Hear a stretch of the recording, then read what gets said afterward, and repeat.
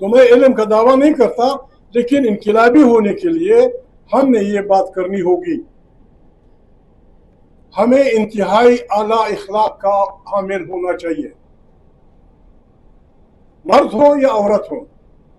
میں بول رہا ہوں، شاید مصطفیٰ بھائی کو یاد ہو، جب لینن انقلاب شروع ہوا تھا، اس کی تیاریاں ہو رہی تھیں، میٹنگیں ہوتی تھیں کارکنوں کی، تو زویا نامی ایک لڑکی،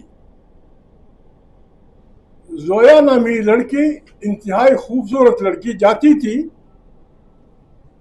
انقلاب کے لیے بات کرنے کے لیے، فارمولے بیان کرنے کے لیے، تو اکثر ساتھی اس کو دیکھتے تھے، معافی چاہتا ہوں میری بیٹیاں میری بہنیں ہیں، اس کو دیکھتے تھے۔ اس غریب کو اس لیے کوئی دوسرا راستہ نہیں رہا، کتابیں کہتی ہیں کہ اس نے اپنا خوبصورت چہرہ تیزاب سے بدصورت کر دیا، تیزاب سے بدصورت کر دیا کہ لوگ میرے چہرے کی بجائے میرے ان باتوں پہ سوچ کریں جو انقلاب کے لیے ضروری ہے۔ تو پہلی بات یہ، دوسری بات بلکہ پہلی، ہم ایک دنیا میں رہتے ہیں، ہم انسان ہیں،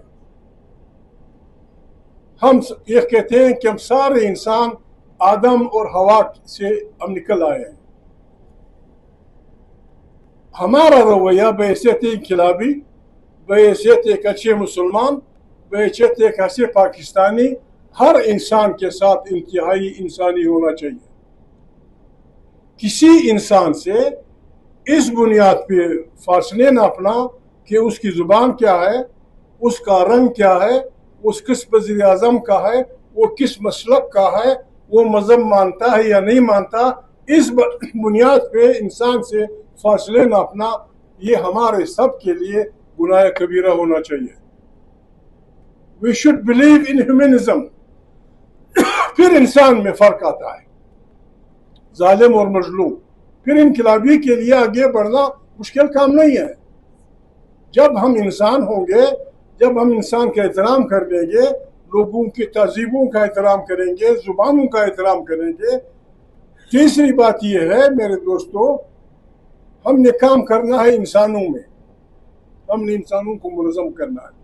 انسان مختلف الزبان ہیں، مختلف الفکر ہیں، مختلف المسلک ہیں، مختلف العقیدہ ہیں۔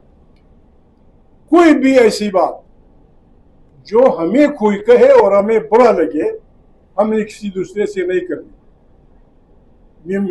مجھے میری ماں عزیز ہے، مجھے میری بہن عزیز ہے، مجھے میری زبان پنجابی عزیز ہے، مجھے میرا مسلک جس مسلک کا بھی وہ عزیز ہے۔ اگر یہ مجھے عزیز ہے، میں نے انسان کی ان تمام چیزوں کا احترام کرنا ہوگا، پھر جا کے ہم انقلاب کے مقدس وظیفے کے لیے فٹ ہوں گے۔